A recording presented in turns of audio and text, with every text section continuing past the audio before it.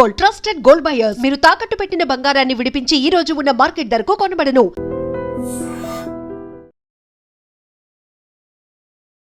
Hi, welcome to iDream తెర వెనుక కథల కార్యక్రమానికి స్వాగతం.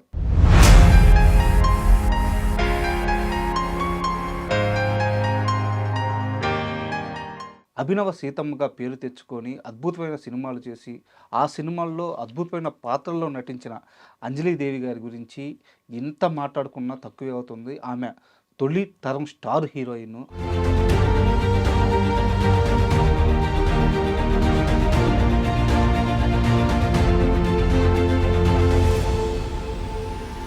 ఎన్టీఆర్, ఏఎన్ఆర్ లాంటి మహా దిగ్గజాలతో అద్భుతమైన సినిమాల్లో నటించిన అంజలీదేవి గారి నుంచి ఈరోజు మనకు తెలియజేయడానికి senior co director Kanakala Jayakumar గారు మనతో పాటు స్టూడియోలో ఉన్నారు. వారిని అడిగి అంజలీదేవి గారి సినీ కెరీర్ గురించి మరిన్ని విషయాలు తెలుసుకుందాం. హాయ్ సార్, నమస్తే. నమస్తే సార్. అంజలీదేవి గారు అనగానే ఒక సీతమ్మ రూపం అలా లవకుశలో అది కళ్ళ ముందు అలా కదిలాడుతూనే ఉంటుంది అనమాట. అంజలీదేవి అంటే సీతమ్మే సార్. సీత క్యారెక్టర్స్ ఎవరు వేసినా కూడా సీత అంటే అంజలీదేవి అనేటటువంటి ఒక ముద్ర చాలా గాఢంగా ప్రేక్షకుల్లో ఉన్నది. తర్వాత ఆవిడ ఎక్కడికన్నా వెళితే లవకుశ రిలీజ్ అయిన తర్వాత ఆవిడ ఎక్కడికన్నా వెళితే ఆవిడ కాళ్ళకి దండం పెట్టి అమ్మ సీతమ్మ తల్లి అని కాళ్ళ మీద పడిపోయి దండాలు పెట్టేవాళ్ళంట. సో అంత ముద్ర వేసినటువంటి సీతమ్మ క్యారెక్టర్లో అంత గొప్పగా ఒదిగిపోయినటువంటి నటిమణి ఆవిడ. తొలితరం అందాల తార, అందాల అంజలీదేవి అనేవాళ్ళు అప్పట్లో. తొలితరం ఆవిడ పెద్దాపురం నుంచి వచ్చారండి. ఆవిడ పెద్దాపురం నుంచి వచ్చి కాకినాడలో యంగ్ మెన్స్ హ్యాపీ క్లబ్లో ఆవిడ అన్ని విద్యలు నేర్చుకుంది అక్కడ.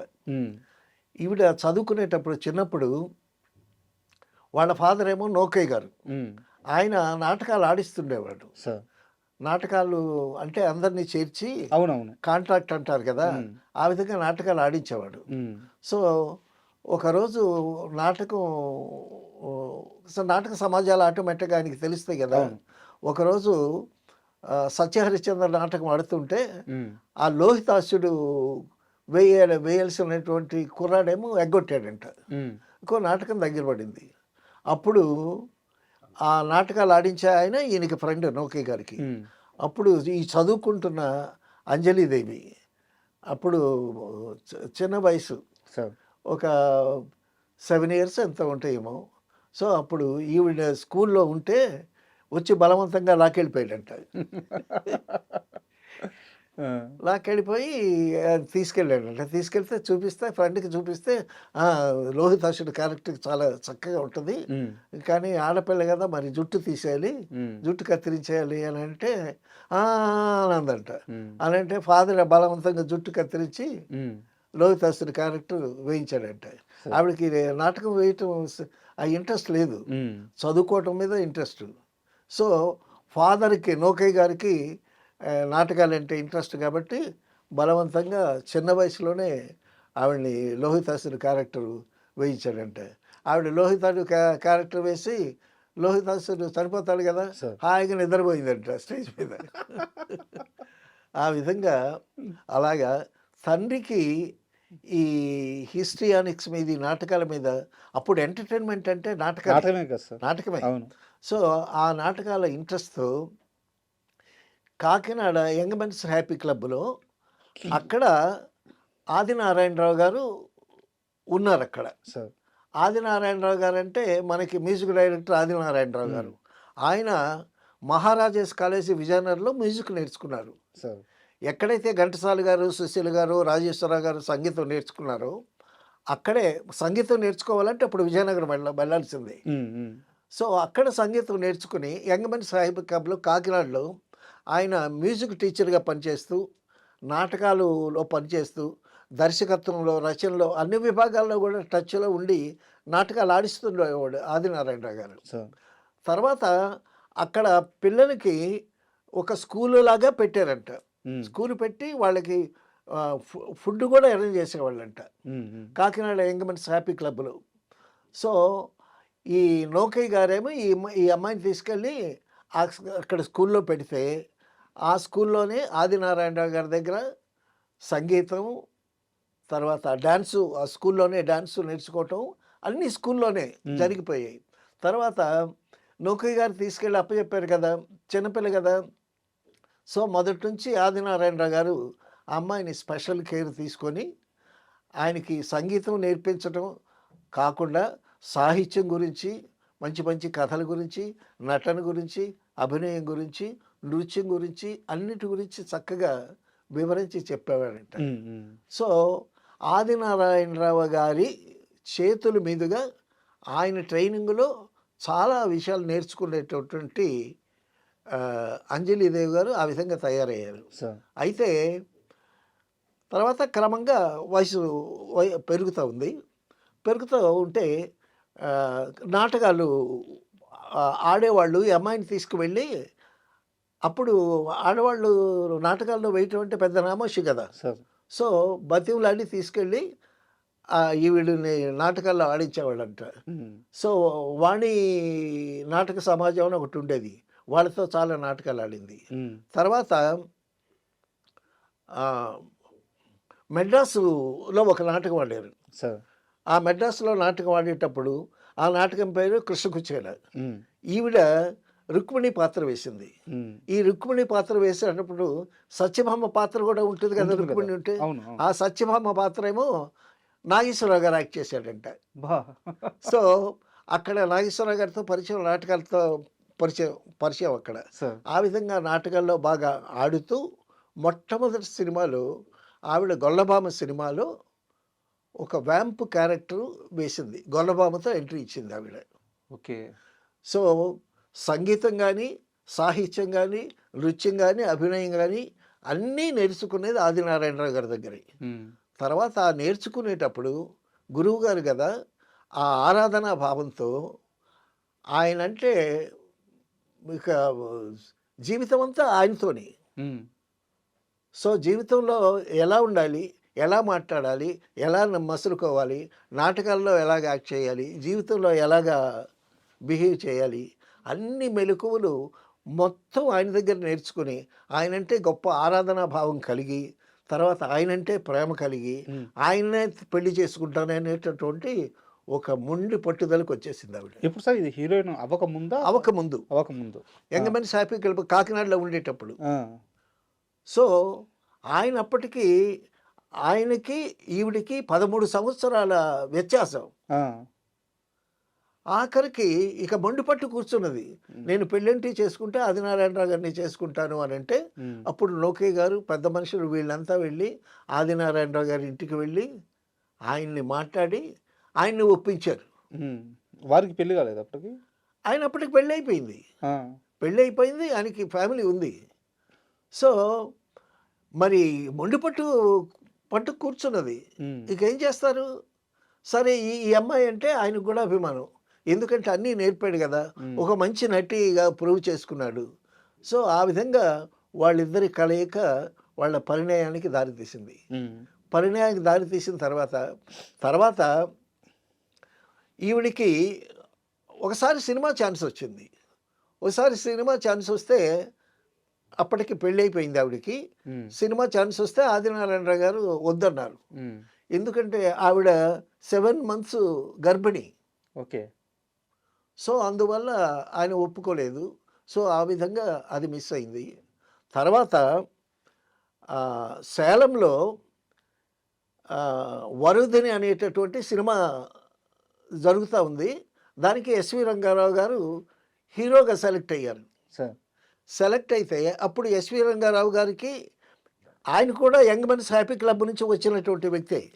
యంగ్ మెన్స్ హ్యాపీ క్లబ్ అనేటటువంటి కాకినాడ ఉండేటటువంటి సంస్థ చాలా అద్భుతమైనటువంటి సంస్థ, చాలామంది ఆర్టిస్టులను తయారు చేసినటువంటి సంస్థ. సో ఆ సంస్థ నుంచి వచ్చిన ఆయనే కాబట్టి ఎస్వి రంగారావు గారు ఆదినారాయణరావు గారిని, మీరు మ్యూజిక్ డైరెక్టర్గా రండి, అక్కడికి వస్తే బాగుంటుంది. సో ఆదినారాయణరావు గారు సంగీతంలో, సాహిత్యంలో, కథా రచనలో అన్నిట్లో చాలా పట్టున్నవాడు ఆయన. సో ఆ విధంగా అక్కడికి సేలం వెళితే సేలం వెళ్ళాడు ఆయన. సో సేలం వెళ్ళి అక్కడ ఆయన మ్యూజిక్ డైరెక్టర్గా చేస్తున్నాడు. చేస్తుండేటప్పుడు చిత్తజల్లు పుల్లయ్య గారు పుల్లయ్య గారేమో రేలంగిని పంపించారు అక్కడికి. అక్కడ అంజలీదేవి ఉంటుంది, మనకి అంజలీదేవి హీరోయిన్గా కావాలి అది ఇదని చెప్పి అప్పుడు రేలంగి గారు చిత్తజల్లి పుల్లయ్య గారి దగ్గర ఒక ఆఫీస్ బాయ్ లాగా అలాగే మెలిగేవాడు అనమాట. సో రేలంగి అక్కడికి వెళ్ళి ఆవిడని మీరు కావాలి అండి, అది హీరోయిన్గా మాకు కావాలి, పుల్లయ్య గారు పంపించారు అది ఇదని అంటే, అప్పుడు సేలంలో సినిమా తీసేవాళ్ళు ఆవిడ యాక్ట్ చేస్తుందని మాకు తెలియదు, లేకపోతే మేమే హీరోయిన్గా పెట్టుకునేవాళ్ళం అని వాళ్ళు పట్టుకున్నారు. మొత్తానికి ఆఖరికి వాళ్ళేమో మీరు వెళ్ళటానికి వీల్లేదు, మాతో ఉండాలి మీరు అది ఇదని అంటే, అప్పుడు మొత్తానికి ఆదినారాయణరావు గారు అంజలీదేవి గారు మొత్తానికి ఆ సేలం ఆ ప్రాజెక్టును వదిలిపెట్టి పుల్లయ్య గారి దగ్గరికి వచ్చారనమాట. సో ఆ విధంగా సినిమాల్లో ఎంట్రీ జరిగింది. జరిగిన తర్వాత ఫస్ట్ గొల్లబామ సినిమాలో వ్యాంపుగా చేసింది ఆవిడ. చాలా మంచి నటిగా పేరు వచ్చింది. తర్వాత అంజలి పిక్చర్స్ స్టార్ట్ చేసేటటువంటి ఎత్తుకు ఆమె నిర్మాతగా నాగేశ్వరరావు గారితో సినిమా తీసింది ఆవిడే. సో ఆవిడ కెరీరు అప్పటికే ఇండస్ట్రీకి వచ్చేటప్పటికే ఆవిడ ఇద్దరు పిల్లల తల్లి.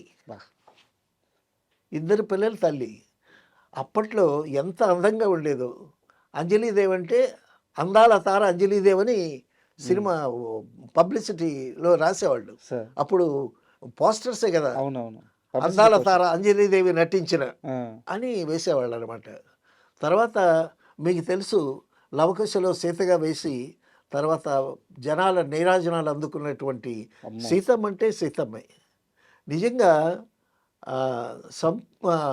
లవకుశలో సీతగా యాక్ట్ చేసేటువంటి అంజలిని చూస్తే, లవకుశలు పుట్టిన తర్వాత నాగి గారితో ఒక సీన్ ఉంటుంది ఆవిడకి. రాముడి మీద ఈవిడికి సందేహం వస్తే నాగయ్య గారు పాట పడతారు, సందేహించకమమ్మ రఘురాము ప్రేమ సీతమ్మ, ఆ ఒకే బాణము ఒకటే మాట ఒక్క బామకే రాముని ప్రేమ అని ఆయన సోదరుస్తుంటే ఆశ్రమంలో పాట అసలు సీతమ్మ అసలు ఏడుపు వస్తుంది, చూసేవాళ్ళకి ఏడుపు వస్తుంది. అంత అద్భుతంగా ఒక పెద్దాపురం నుంచి వచ్చినటువంటి ఒక నటి వ్యాంపు పాత్ర వేసి ఒక సీతాదేవి పాత్ర వేసి ప్రజల్ని మెప్పించి ఏడిపించి ఒక దేవత ఆరాధన భావం కలిగించి గొప్ప పేరు సంపాదించుకున్నటువంటి Anjalidevi. That all credit goes to Adinarayana Rao గారు. ఆవిడ ప్రతి అడుగు, ఆవిడ జీవితంలో ప్రతి నిమిషం ఆవిడ్ని కనిపెట్టుకుని ఆవిడ్ని జాగ్రత్తగా ఆ స్థాయికి వచ్చిందంటే అది ఆదినారాయణరావు గారు చలవే. తర్వాత ఈటీవీ తరపున అంజలీదేవి గారిని ఇంటర్వ్యూ చేయటానికి ఈటీవీ తరపున నన్ను పంపించారు అక్కడికి. పంపించేటప్పుడు అంజలీదేవి గారి ఇంటికి వెళ్ళి సో ఆవిడ్ని ఇంటర్వ్యూ చేసేటప్పుడు చెప్పినటువంటి విషయం కూడా అదే, నాకు అన్నీ తల్లి తండ్రి దైవం అంతా ఆదినారాయణరావు గారు అండి, ఆయన దగ్గరే నేర్చుకున్నాను నేను అని చెప్పి ఒక చిన్న ఇంటిలో ఉంటున్నారు. అప్పుడు ఆ పక్కన పెద్ద ప్యాలెస్ ఏమో సత్య సాయిబాబాకి డొనేట్ చేసేసారు. ఓకే, పెద్ద ఇల్లు వీళ్ళదే అంజలీదేవి గారిదే. అదేమో సత్య సాయిబాబా గారు డొనేట్ చేశారు.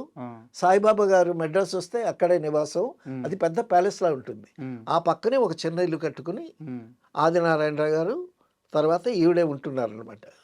తర్వాత వాళ్ళ అబ్బాయి కూడా ఉండేవాడు.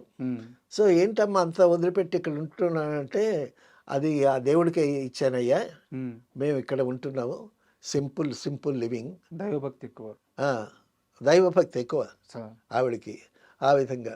తర్వాత మరొక విషయం ఏంటంటే, అంజలి గారిని దగ్గరగా నేను చూసినటువంటి భక్త తుకారంలో దేవులపల్లి కృష్ణశాస్త్రి గారు ఒక పాట రాశారు, ఘన ఘన సుందర కరుణ రసమందిర అని పాట రాశారు. ఆ పాట రాసేటప్పుడు దేవులపల్లి కృష్ణశాస్త్రి గారు వెనక తోకలాగా వెంటాడుతూ వెళుతుంటారు కదా నేను ఎక్కడికి వెళ్ళినా.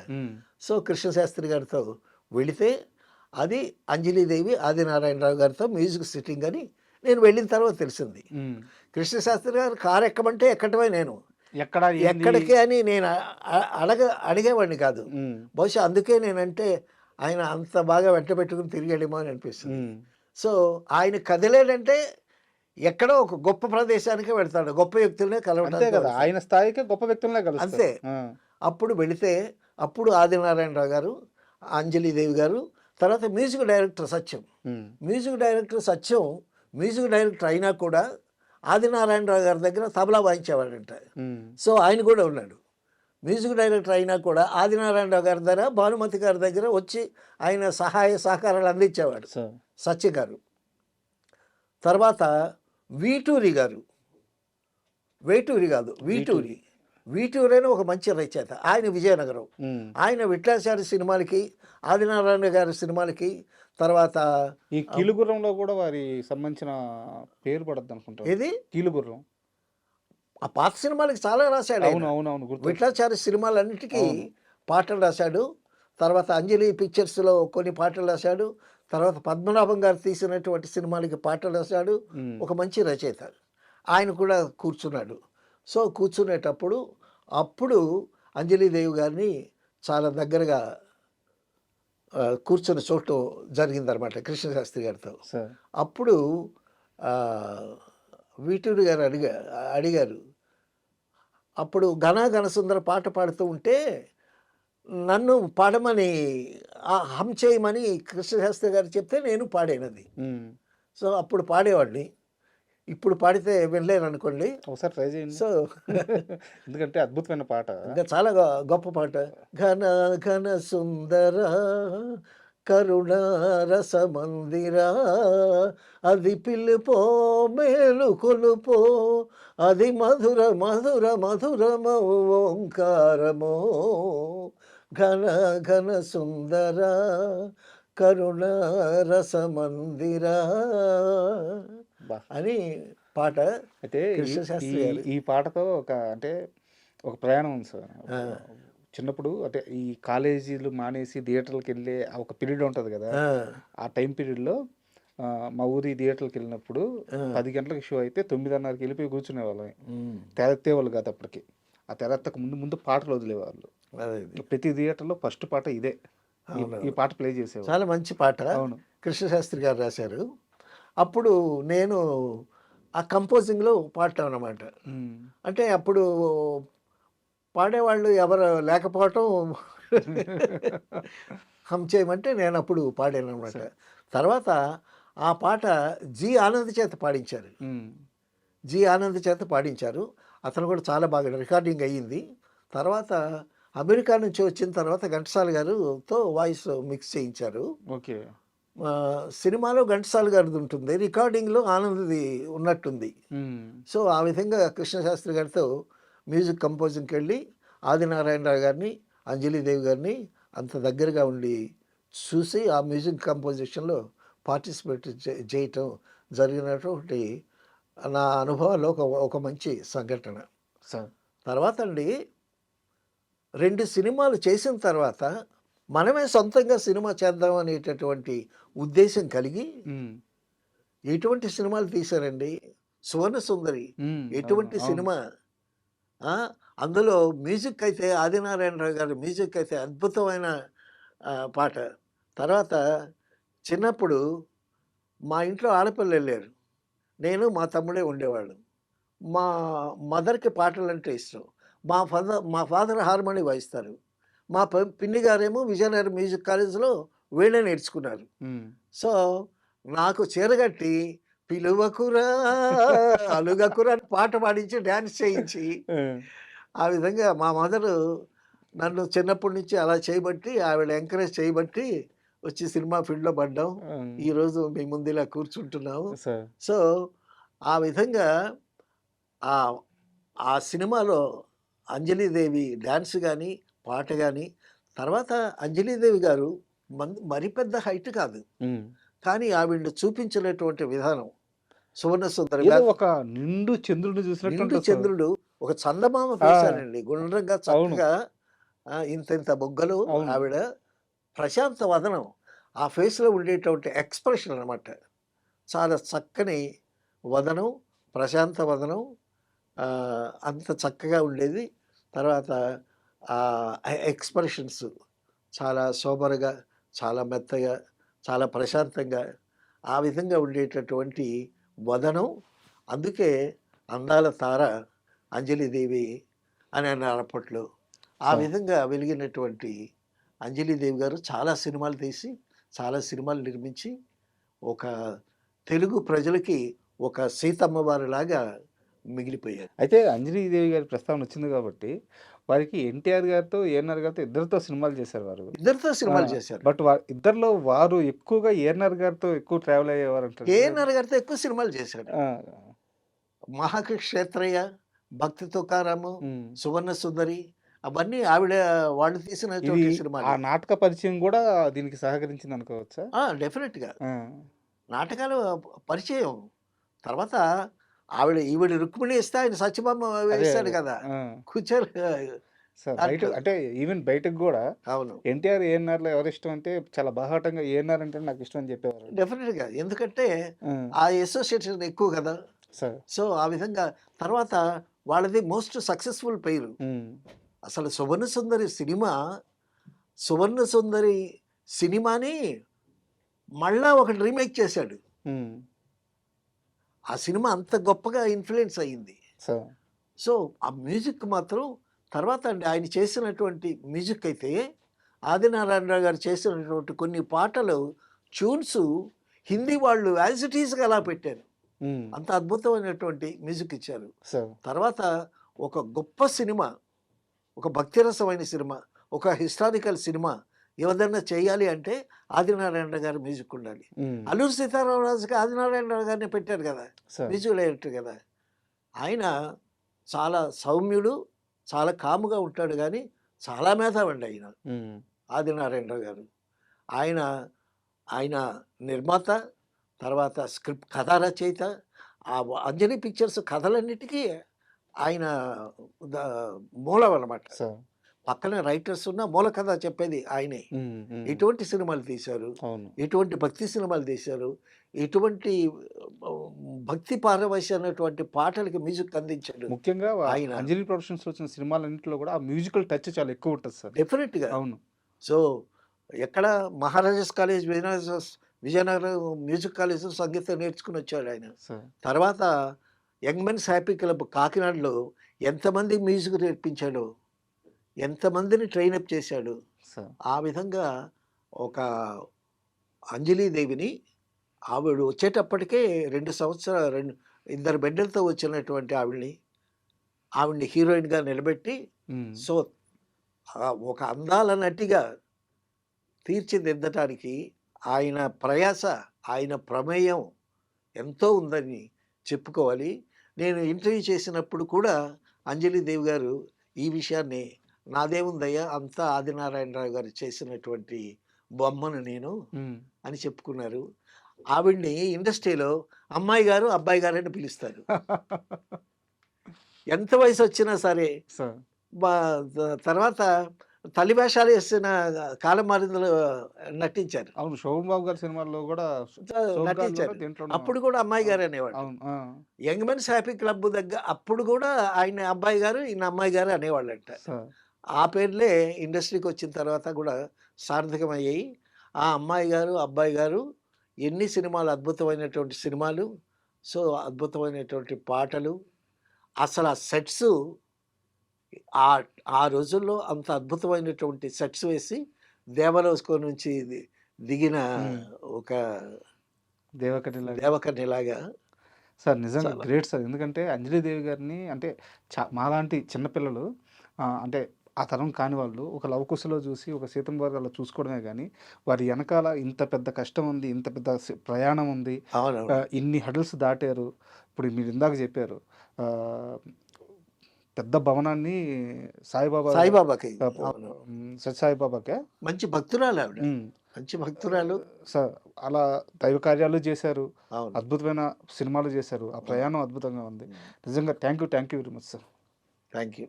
And for more videos, Please subscribe to iDream channel. Subscribe to iDream Media. Please subscribe to iDream. Please subscribe to iDream. Please subscribe iDream. And please subscribe to iDream.